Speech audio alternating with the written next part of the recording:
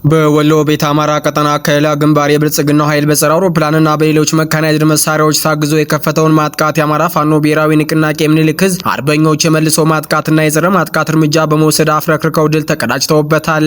በዚህ ተጋድሎ የጠላት ዙ 23 በፋኖ ድሽቃ ተመቶ ሲጋይ የዙ 23 ተኳሾች ደግሞ አርበኞች በወሰዱት የድሽቃና የስናይፐር ጥቃት መገደላቸው ታውቋል። በአየር መቃወሚያና በሌሎች የመካናይዝድ መሳሪያዎች ታጅቦ መነሻውን ከጊምባ ያደረገው የጠላት ኃይል ንጹሃንን ለመጨፍጨፍ ሀብት ንብረት ለማውደም እና ወረዳ ለመፈጸም ወደ ሻፊና አባከታ አካባቢዎች ለመንቀሳቀስ ሙከራ አድርጎ የነበረ ቢሆንም በአርበኞቹ ልዩ ውጊያ ጥበው 2 እና 3 ቦታዎች ላይ ተቆርጦ አይቀጡ ቅጣት ተቀጥቷል። 104ኛ ኮር በተወጣጡ መቻ ኃይሎች የሚግራን 015 ቀበሌ ሐይቅ ዳር አካባቢ የስርዓቱ ተላላኪ መንገድ እየመሩ ህዝብን የሚያስጨፈጭፉና አማራ ለዳግም ባርነት ለማድረግ የሚሰሩ ኃይሎች ላይ እርምጃ ወስደዋል። በዚህ አስደማሚ ኦፕሬሽን ሙሉ ተሾመ የተባለ ባንዳ እጅ ከፍንጅ መያዝ ሲቻል እጅ አልሰጥም ብሎ አሻፈረኝ ያለው ሰይድ ሁሴን እንድሪስ የተባለ ባንዳ የማያዳግም እርምጃ በመውሰድ የተሳካ ኦፕሬሽን ተሰርቷል ሲል የአማራ ፋኖ ብሔራዊ ንቅናቄ የምኒልክ ዕዝ ሚዲያና ኮሙኒኬሽን መምሪያ አስታውቋል። የብልጽግናው ሰራዊት ማመጹ ተሰማ፣ ድንች እያበሉ ነው የሚያዋጉን ሲል ድምጹን አሰምቷል። ከፍተኛ የሙስና ንቅዘት ላይ የሚገኘው የብልጽግናው ሰራዊቱን መመገብ እንዳልቻለና ሰራዊቱም ከፍተኛ ቅሬታ እያቀረበ መሆኑን ምንጮች አረጋገጡ። ከቀናት በፊት ኢታማዦር ሹም ብርሃኑ ጁላ ወታደራዊ አማካሪያቸው ጀነራል አለምሸት ደግፌ በአንድ መድረክ ላይ ቀርበው ሲናገሩ በወታደሩ ላይ እየደረሰ ያለው ሁለንተናዊ ብሶት ከፍተኛ ደረጃ ላይ መድረሱን እንቅጩን ተናግረው ነበር። አርበኛ ዘመነ ካሴ ፋኖ ከኢትዮጵያውያን ኃይሎች ጋር በጋራ መርፌ የመግዛት ተልዕኮ እንኳ ቢኖረው የአማራን ህዝብ ሳያውቀው የሚጓዝበት አንድም እርምጃ እንደሌለ በመግለጽ የትግሉን ግልጸኝነትና ህዝባዊነት የላቀ መሆኑን አስታውቋል። አርበኛው በመልእክቱ ለግብጽ መላላክ፣ ለፕሬዝዳንት ኢሳያስ መሽቆጥቆጥን፣ ለህወሓት መንበርከክን አብይና ቡድኑ እንጂ እኛ አናውቀውም ብለዋል። ሰላም ጤና ይስጥልኝ የተከበራችሁ የሚዲያችን አድማጭ ተመልካቾች፣ አብራችሁ ስትቆዩ እነዚህን እና ሌሎቹን ዝርዝር መረጃዎችን በስፋት ታደምጣላችሁ። ቻናሉን ሰብስክራይብ፣ ላይክ፣ ሼር በማድረግ አብራችሁ ቆዩ። በወሎ ቤት አማራ ቀጠና ከላ ግንባር የጠላት ኃይል በጸረ አውሮፕላንና በሌሎች መካናይዝድ መሳሪያዎች ታግዞ የከፈተውን ማጥቃት የአማራ ፋኖ ብሔራዊ ንቅናቄ ምኒልክ ዕዝ አርበኞች የመልሶ ማጥቃትና የጸረ ማጥቃት እርምጃ በመውሰድ አፍረክርከው ድል ተቀዳጅተውበታል።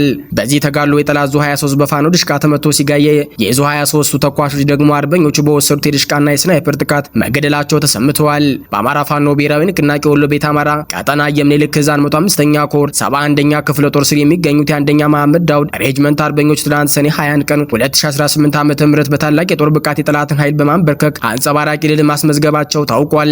በአየር መቃወሚያና በሌሎች የመካናይዝድ መሳሪያዎች ታጅቦ መነሻውን ከጊምባ ያደረገው የጠላት ኃይል ንጹሃንን ለመጨፍጨፍ ሀብት ንብረት ለማውደምና ወረራ ለመፈጸም ወደ ሻፊና አባከታ አካባቢዎች ለመንቀሳቀስ ሙከራ አድርጎ የነበረ ቢሆንም በአርበኞቹ ልዩ የውጊያ ጥበብ 2 እና 3 ቦታዎች ላይ ተቆርጦ አይቀጡ ቅጣት ተቀጥቷል። ትናንት ከንጋት ጀምሮ እስከ ምሽት በወሎ ቀጠና ምዕራብ ግንባር አርሻፊና አባከት በተደረገው ተጋድሎ የፋኖ አስደማሚ የጸረ ማጥቃትና የመልሶ ማጥቃት ጥበብ ሲታይ በአንጻሩ የጠላት ብልጽግና ኃይሎች ከወደ ፋኖ የተወሰደባቸውን እርምጃ የሚመክቱበት ፋታተው ተሽመድምደው የዋሉበት አውደ ውጊያ ነው የተካሄደው።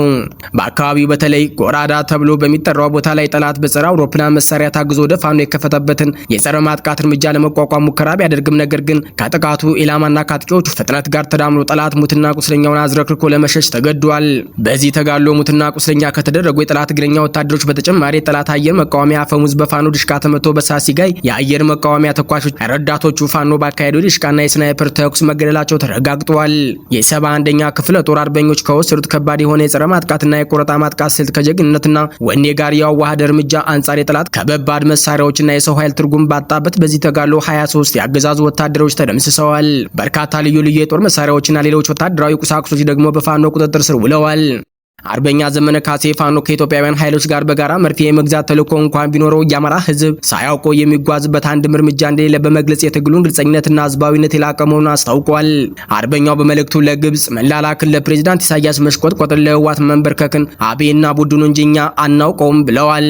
የአማራ ፋኖ ብሔራዊ ንቅናቄ ሊቀመንበር አርበኛ ዘመነ ካሴ ትላንት ሰኔ 21 ቀን 2018 ዓ.ም አመሻሹን የብልጽግና ስርዓት የወደፊት ዕጣ ፈንታ የወሰንና የፋኖን ትግል ወደ ላቀ ደረጃ መሸጋገሩን ያመላከተ ወሳኝ የሆነ መልእክት አስተላልፈዋል።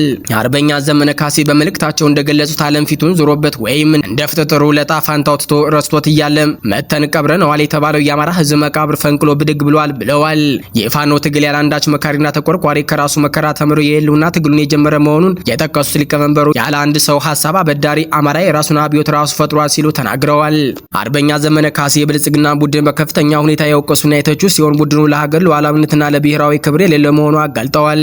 ለግብጽ መላ መላክን፣ ለፕሬዝዳንት ኢሳያስ መሽቆጥቆጥን፣ ለህወሓት መንበርከክን አብይና ቡድኑን ፋኖ አያውቀውም ያሉት ሊቀመንበሩ የራሱን ህዝብ በሰማይ በምድር ሰዓት አሰማርቶ የሚያነድ ዘረፈጅ ስርዓት ስለ ብሔራዊ ክብርና ሉዓላዊነት ሊያወራ ሞራሉም እንደሌለው አስታውቀዋል። የፋኖ ትግል ግን የአማራ ህዝብ ጥቅም መዳፉ ላይ ቢቀመጥም እንኳን አሳልፎ የማይሰጥ ህልውናውን ለድርድር የማያቀርብ ቅዱስ ትግል መሆኑን አረጋግጠዋል። ሊቀመንበሩ አክለውም ብልጽግና የተባለ አውሬ እየጮኸ ያለው በሁለት ዋና ዋና ምክንያቶች ነው ሲሉ ምክንያቶች ያሏቸውን በነጥብ ጠቅሰው አስቀምጠዋል። የመጀመሪያው ፍርሃት ነው ያሉ ሲሆን አብይ አህመድና ቡድኑ የቀጠናውና የሀገር ውስጥ ኃይሎች ከተባበሩ የስልጣን እድሜው በአንድ እጅ ጣቶች ልክ መቆጠሩን ስላመነ ሞትን ለመሸሽ የሚጮኸው የፍርሃት ጩኸት ነው ብለዋል። ሁለተኛው ነጥብ ደግሞ ጦርነት በስሌቱ መሰረት የኢትዮጵያ ህዝብ ገና በበቂ አልደቀቀም ብሎ ስለሚያምን አቅም አግኝቶ ነገ ወደ አንድ ተረኛ ህዝብ ለመተኮስ ተባብረው ሊያጠፉ ሲሉ ራሴን ለመከላከል ጦርነት ከፈትኩ የሚል ሰበብ እየተነሰሰ ነው ሲሉ አብራርተዋል። አርበኛ ዘመነ ካሴ የፋኖ ትግል የአማራን ህዝብ ህልውና ማረጋገጥ ብቻ ሳይሆን ቢያንስ ስለሚቀጥሉት 500 ዓመታት የጥይት ድምጽ የማይሰማበት ትውልድ የመፍጠር ታላቅ ተልዕኮ ጭምር መሆኑን አበክረው ተናግረዋል። ከኢትዮጵያውያን ኃይሎች ጋር በጋራ መርፌ መግዛት ተልዕኮን እንኳን ቢኖረን የአማራ ህዝብ ሳያሳውቅ የሚጓዝበት አንድም ስውር እርምጃ እንደሌለ በመግለጽ የትግሉን ግልጸኝነትና ህዝባዊነት የላቀ መሆኑን አስታውቀዋል። ብልጽግናም ይወገዳል፣ የአማራ ህዝብ ህልውና ይረጋገጣል ያሉት አርበኛ ዘመነ ካሴ ፋኖ የኢትዮጵያ የነጻነት ፋና ወጊ መሆኑን በማረጋገጥ ኢትዮጵያ ለመኖር የምትመች የፍቅርና የደስታ ምድር እንደምትሆን ያላቸውን ጽኑ እምነት በመግለጽ መልእክታቸውን አጠናቀዋል። የ104ኛ ኮር አርበኞች በሐይቅ ከተማ ዙሪያ በወሰዱት እርምጃ ለብልጽግና መከላከያ ሰራዊት መንገድ መሪ የነበሩ ባንዳዎች መደምሳቸው ታውቋል። መነሻውን ከጃራ ከሀብሩና ወረባቦ ወረዳ ከሚንቀሳቀሱ የብልጽግና ሰራዊት ከደቡብ እዝ 205ኛ ኮር ሀድ የሆኑ የመከላከያ አባላት ስርዓቱን በመጸየፍና በመጥላት በየአቅራቢያቸው ከሚገኙ የፋኖ አደረጃጀት እየተቀላቀሉ ይገኛሉ።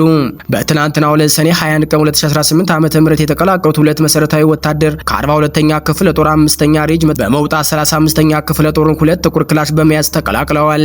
የመከላከያ አባላቱ ሁሉም ጥቁር ክላሽ በመያዝ የገቡ ሲሆን 6 ካዝና ክነት ተኳሽ፣ 2 የወገብ ትጥቅ፣ 6 የእጅ ቦምብ ይዘው ተቀላቅለዋል። ይህ በእንዲህ እንዳለ ከ104ኛ ኮር በተወጣጡ መቼ ኃይሎች ሰኔ 20 2018 ዓ.ም የሚግራን 015 ቀበሌ ሐይቅ ዳር አካባቢ የስርዓቱ ተላላኪ መንገድ እየመሩ ህዝብን የሚያስጨፈጭፉና አማራ ለዳግም ባርነት ለማድረግ የሚሰሩ ኃይሎች ላይ እርምጃ ወስደዋል። በዚህ አስደማሚ ኦፕሬሽን ሙሉ ተሾመ የተባለ ባንዳን እጅ ከፍንጅ መያዝ ሲቻል እጅ አልሰጥም ብሎ አሻፈረኝ ያለውን ሰይድ ሁሴን እንድሪስ የተባለ ባንዳን የማያዳግም እርምጃ በመውሰድ የተሳካ ኦፕሬሽን ተሰርቷል ሲል የአማራ ፋኖ ብሔራዊ ንቅናቄ የምኒልክ ዕዝ ሚዲያና ኮሙኒኬሽን መምሪያ አስታውቋል። በሌላ በኩል ድንች እያበሉ ነው የሚያዋጉን ከፍተኛ የሙስና ንቅዘት ላይ የሚገኘው የብልጽግና ስራ ሰራዊቱን መመገብ እንዳልቻለና ሰራዊቱን ከፍተኛ ቅሬታ እያቀረበ መሆኑን ምንጮች አረጋገጡ። ከቀናት በፊት የኢታማዦር ሹም ብርሃኑ ጁላ ወታደር አማካሪያቸው ጀነራል አለምሸት ደግፌ በአንድ መድረክ ላይ ቀርበው ሲናገሩ በወታደሩ ላይ እየደረሰ ያለው ሁለንተናዊ ብሶት ከፍተኛ ደረጃ ላይ መድረሱን እንቅጩን አንስተው ነበር። ሀገሪቱን በጦርነት ምክንያት ከፍተኛ ዋጋ እየከፈለች መሆኑን መግለጻቸው አይዘነጋም። ወታደራዊ ምንጮች በበኩላቸው ጀነራል አለምሸት ደግፌ መግለጽ የፈለጉትን በትክክል አልገለጹትም፣ ምናልባትም የራሳቸው ምክንያት ይኖራቸዋል ወይም ጫናውን ሰግተው ሊሆን ይችላል ያልተናገሩትም ብለዋል። በአሁኑ ሰዓት ብዙ ሰው የማይረዳልን የሰራዊቱ አባላት ከፍተኛ ስቃይ ላይ መሆናችንን ነው ሲሉ አስተያየታቸውን ሰጥተዋል። በተለይም በዚህ ሰዓት የምግብ ችግር መኖሩና ሰራዊቱን በዚህ ምክንያት ከፍተኛ ቅሬታ ላይ እንዳለ የሚናገሩ ወታደራዊ ምንጮች ስርዓቱን የሚበላው የሰራዊቱ አመጽ ሊሆን እንደሚችል ፍንጭ ሰጥተዋል። ወታደራዊ ምንጫችን ሲቀጥሉም አንዳንዱ ሰራዊት በትንሹ ትከሻው ላይ 150 ሺህ ብር ክላሽኮቭ ተሸክሞ የሚንቀሳቀስ ነው። ይህን የክላሽ ዋጋ ብቻ ነው ሌሎች ትጥቆች እና ሎጂስቲኮች ሲጨመሩበት በትንሹ 300 ሺህ ብር የሚያወጣ ወታደራዊ ንብረት ይዞ የሚዞር መሆኑን መንግስት አልተረዳውም። ከዚህ በፊትም የተወሰኑ ወንድሞቻችን የታጠቁትን ትጥቅ ሸጠው ከሀገር ወጥተዋል። ወደፊት በሰራዊቱ ውስጥ የሚፈጠሩትም ሁለት ክስተቶች ናቸው ብለዋል። አስተያየት ሰጪው በቀጣይ ሊፈጠሩ ይችላሉ ያሏቸውን ሲገልጹም ስርዓቱ በመናኛ ገንዘብ ቀጥሮ የሚያዋጋው ሰራዊት የታጠቀውን መሳሪያ እየሸጠ የግል ህይወቱን መምራት ወይም ሰራዊቱ ተደራጅቶ በስርዓቱ ላይ ሊነሳ እንደሚችልም ተናግረዋል። ከወዲሁም የሰራዊቱ አድማ ተሰግቷል ሲሉ የሚናገሩት እነዚህ ምንጫችን ሰራዊቱ እርስ በርስ እንዳይነጋገርና እንዳይግባባ መንግስት ሃይማኖታዊና የብሔር ቀረቤታ ስላለን እንታመናለን የሚሉ አለቆቻቸውን በሰራዊቱ መካከል ቁርሾ ለመክተት ሲጥሩ ይታያሉ። አብዛኞቹ አለቆቻቸው ግን በመንግስት ላይ ቅሬታ ያላቸው ናቸው። በሰራዊቱ መካከል መግባባት እንዳይፈጠር የሚሰጉትን የመንግስት ታማኝ ጀነራሎች ዋጋ ስጋታቸውን ሰራዊቱ በሶት ላይ ስለሆነ እንዳያምጽ ነው ብለዋል።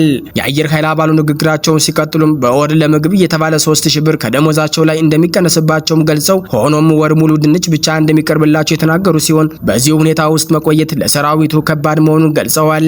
በዚህ ጉዳይ አስተያየት የሰጡን ወታደራዊ ተንታኝ በበኩላቸው ሰራዊቱ በከፍተኛ ቅሬታ ላይ መሆኑን ከዚህ በፊትም በተደጋጋሚ ሲሰማ ቆይቻለሁ። ከሚደርስበት ሁለንተናዊ ኪሳራ የተነሳ የሰራዊት አመጽ የሚጠበቅ ነው፣ ማመጹ አይቀርም። የሰራዊት አመጽ ደግሞ እንኳን ሰፊ የህዝብ ድጋፍ የሌለው የብልጽግና መንግስት ይቅርና የቀዳማዊ ኃይለ ሥላሴ መንግስትን ከዙፋን ያወረደው በዚሁ መንገድ መሆኑን ታሪካችን ያሳየናል በማለት የብልጽግናውን ስርዓት በራሱ ሰራዊት የሚገረሰስበትን ጊዜ ቅርብ መሆኑን ተናግረዋል። የአማራ ፋኖ ብሔራዊ ንቅናቄ ወሎ ቤት አማራ ምኒልክ ዕዝ 102ኛ ኮር የሞርተር 120 እና ሞርተር 82 ሚሜ ሰልጣኞችን በደማቅ ሁኔታ ማስመረቁን አስታወቀ። ግንቦት 21 2018 ዓ.ም ጀብደኛው የ102ኛ ኮር 12ኛ ክፍለ ጦር 7ኛ መካናይዝድ ሻለቃ ለ3 ተከታታይ ወር ልዩና ተጨማሪ አዲስ የሞርተር 120 እና የሞርተር 82 ሚሜ ተኳሽ ባለሙያዎችን በብቃት አስመርቋል። ጀብደኛው የ102ኛ ኮር ከዚህ በፊት በሁሉም ክፍለ ጦሮች ብቁ የሆኑ የሞርተር ተኳሾችንና የተዋጊ መሐንዲሶችን በማሰልጠን ሌሎቹ የምኒልክ ዕዝ ኮሮችን ጥሩ ተሞክሮ መተግበሪያ ማዕከል እንደሚሆን ተስፋ የተጣለበት መሆኑ ይታወቃል። በምረቃ ፕሮግራሙ ላይ የመክፈቻ ንግግር ያደረጉት የ12ኛ ክፍለ ጦር ዋና ወታደራዊ አዛዥ አርበኛ ሀብተ ማርያም መንበሩ ለሰልጣኞቹ የእንኳን ደስ አላችሁ መልካም ምኞታቸውን መልእክት ካስተላለፉ በኋላ ወታደራዊ አዛዡ አያይዘው እንደተናገሩት ከሆነ የአብይ አህመድን ጨፍጫፊ አገዛዝ በአጭር ጊዜ ለማስወገድ የተለያዩ ስልጠናዎችን ወደፊት እንደሚቀጥሉ ጠንከር ያለ ሀሳብ አስተላልፈዋል። አርበኛው አያይዘውም የክፍለ ጦር ወትሮ ዝግጁነትና ሰራዊታችን በላቀ ወታደራዊ ስነልቦና ላይ ይገኛል ሲሉ ገልጸዋል። በመቀጠልም በምርቃ ፕሮግራሙ ላይ የመክፈቻ ንግግር ያደረጉት የ102ኛ ኮር ዋና ወታደራዊ አስተዳደር አርበኛ ፈለቀ ደጉ ለሰልጣኞች የእንኳን ደስ ያላችሁ መልእክት ምኞታቸውን ገልጸዋል። ወታደራዊ አስተዳደሩ አያይዘው እንደተናገሩት ከሆነ የአምባገነኑና የብልጽግና መራሹ አገዛዝ ለአንዴና ለመጨረሻ ጊዜ ለማስወገድ በተግባርና በንድፈ ሐሳብ የተደገፈ ዘመኑን የዋጀ ስልጠና በመስጠታችን ሰራዊታችንና አመራሮቻችን ለግዳጅ ዝግጁ ናቸው በማለት ገልጸዋል። በተጨማሪም የአማራ ሕዝብ ትግል የፖለቲካ የህገ መንግስት የዲሞክራሲ እኩልነትና ነጻነት ግልጽ የሆነ ጥያቄ የያዝና ጦርነቱ ህዝባዊ ድጋፍ ያለው በመሆኑ ጭቁኑ ኢትዮጵያዊ በሙሉ ለሚደረገው ተጋድሎ ከጎናችን እንድትቆሙ በማለት ጥሪ አስተላልፈዋል። እንዲሁም የ102ኛ ኮር የስልጠና መምሪያ ኃላፊ መቶ አለቃ ሲሳይ መንግስቴና የኮር ምክትል የስልጠና መምሪያ ኃላፊ ሻለቃ ቢሆን አከለ እንደተናገሩት ከሆነ የአማራ ህዝብ ትግል ከነፍስ ወከፍ መሳሪያ ወደ ቴክኖሎጂ መሳሪያዎች በመጠቀም የሽግግር ጊዜ ላይ በመሆኑ በከፍተኛ ደረጃ አዳዲስ የተግባርና የንድፈ ሐሳብ ስልጠናዎችን በመስጠት ላይ እንገኛለን ሲሉ ገልጸዋል። አሰልጣኝ አርበኛ ሻለቃ ቢሆን አከለ እንደተናገሩት ከስልጠና በኋላ ሁሉም ሰልጣኝ ባለሙያዎች በጠላት ወታደራዊ ቤዝ ላይ ኢላማውን የጠበቀ የሞርተር ድብደባ በማድረግ ብቃታቸውን በተግባር አሳይተዋል ሲሉ ስለ ስልጠናው ማብራሪያ ሰጥተውናል። በዚህ ስልጠና ተሳታፊ የነበረችውና ከፍተኛ ውጤት በማምጣት ኮከብ ሰልጣኝና ተሸላሚ ለመሆን የበቃችው ፋኒስ ሳምራዊት አለማየሁ ትገኝበታለች። ሰልጣኟ እንደተናገረችው የ12ኛ ክፍለ ጦር ሜካናይዝድ አባል ሆኜ በመመረቄ በታማኝነትና በቁርጠኝነት የአማራን ህዝብ ለማገልገልና መስዋዕትነት ለመክፈት ደስተኛ ነኝ ስትል ገልጻለች። በመጨረሻም የ102ኛ ኮር ምክትል የስልጠና መምሪያ ኃላፊ አርበኛ ሻለቃ ቢሆነኛ አክለ የሞርተር 120 እና የሞርተር 82 ሚሜ ኮከብ አሰልጣኝ በመሆን የምስጋናና የእውቅና የምስክር ወረቀት በሽልማት ተሰጥቷል ሲል መረጃውን ያደረሰን የአማራ ፋኖ ብሔራዊ ንቅናቄ ወሎ ቤት አማራ ምኒልክ ዕዝ 102ኛ ኮር ህዝብ ግንኙነት መምሪያ ነው። በሸዋ ጠቅላይ ግዛት የመርካቤቴ አውራጃ የትግሉ የኋላ ሞተርና የህዝብ ዘብ ለሆነው የአባት አርበኞች ኃይል ስለ ወቅታዊ የትግል ነባራዊ ሁኔታ የግንዛቤ መፍጠሪያና የማብቂያ ስልጠና ተጠናክሮ ቀጥሏል። የአማራ ፋኖ ብሔራዊ ንቅናቄ ሸዋ ጠቅላይ ግዛት አሳምነው ስር የሚንቀሳቀሰው የአባት አርበኞች ኃይል በሁሉም የጠቅላይ ግዛቱ አካባቢዎች አደረጃጀቱን እያሰፋ የሚገኝ ሲሆን በትናንትናው ዕለት በመርካቤቴ አውራጃ በተካሄደው የንቅናቄ መድረክ በዋና ዋና በትግሉና አካባቢያዊ ጉዳዮች ዙሪያ ሰፊ ውይይት ተደርጓል። በዕለቱ በተሰጠው ስልጠናና የግንዛቤ ማስጨበጫ መድረክ ላይ የሚከተሉት አበይት ነጥቦች ትኩረት ተሰጥቶባቸዋል። በአገዛዙ ብሪት እየተጨፈጨፈ ያለው የአማራ ህዝብ ነጻነቱን በክንዱ ለማረጋገጥ እየተዋጋንም የአካባቢው ህዝብ ደህንነቱን እንዲጠብቅና መብቱ እንዲከበር የአባት አርበኛው የጀርባ አጥንት ሆኖ እንደሚቆም አቅጣጫ ተሰጥቷል። እየተካሄደ ስላለው የህልውና ትግል አጠቃላይ መነሻና መድረሻ ለተሳታፊዎቹ ግልጽ ማብራሪያ በመስጠት የተሻለ ግንዛቤ ተፈጥሮበታል። አገዛዙ በሞራልም በሰው ኃይልም እየተንኮታኮተ መሆኑ የተገለጸ ሲሆን የፋኖ ኃይል ሙሉ በሙሉ ህዝባዊ መሰረት ያለውና በአባት አርበኞች ሰፊ ደጀንነት እየተደገፈ የሚገኝ መሆኑ ተረጋግጧል። ሸዋ ጠቅላይ ግዛት አሳምነው አፄ ዘርዓ ያዕቆብ ኮርናደው ክፍለ ጦር በሁሉም መስክ ኩራት መሆኑ የጠቀሱት የዕለቱ አስተባባሪዎች ክፍለ ጦሩ ጠንካራ አደረጃጀቶችን በመዘርጋት የውስጥ ድንበርና ህግጋትን በማውረድ እንዲሁም ለተዋጊውና ለደጀኑ ኃይል ስልጠና በመስጠት ረገድ ከፍተኛ አበርክቶ እያደረገ መሆኑን ገልጸዋል። ትግሉ ሙሉ በሙሉ ህዝባዊ ባህሪ የተላበሰ በመሆኑ በየአካባቢው ፍትህ ያጣው ግን ፍትህን በክንዱ የሚሰራው የአማራ ህዝብ ለአሸናፊነቱ በግንባር ቀደምትነት እየተሳተፈበት ይገኛልም ተብሏል። በመጨረሻም አፍርሻዋለሁ በማለት ሲፎክር የነበረው ገዢው አካል ዛሬ በህዝባዊው ኃይል ጠንካራ ክንድ ምሽጉ እየፈረሰ መሆኑ የተገለጸ ሲሆን ትግሉ በአስተማማኝ ሁኔታ ከግብ ለማድረስ የተጀመረው የተቀናጀ ንቅናቄ ይበልጥ ተጠናክሮ እንደሚቀጥል መልእክቱ ተላልፏል። የተከበራችሁ አድማጭ ተመልካቾቻችን የዕለቱ አበይት ዜናዎች እስካሁኖቹ ነበሩ። በሌላ የዜና ሰዓት እስከምንገናኝ ጤና ይስጥልኝ።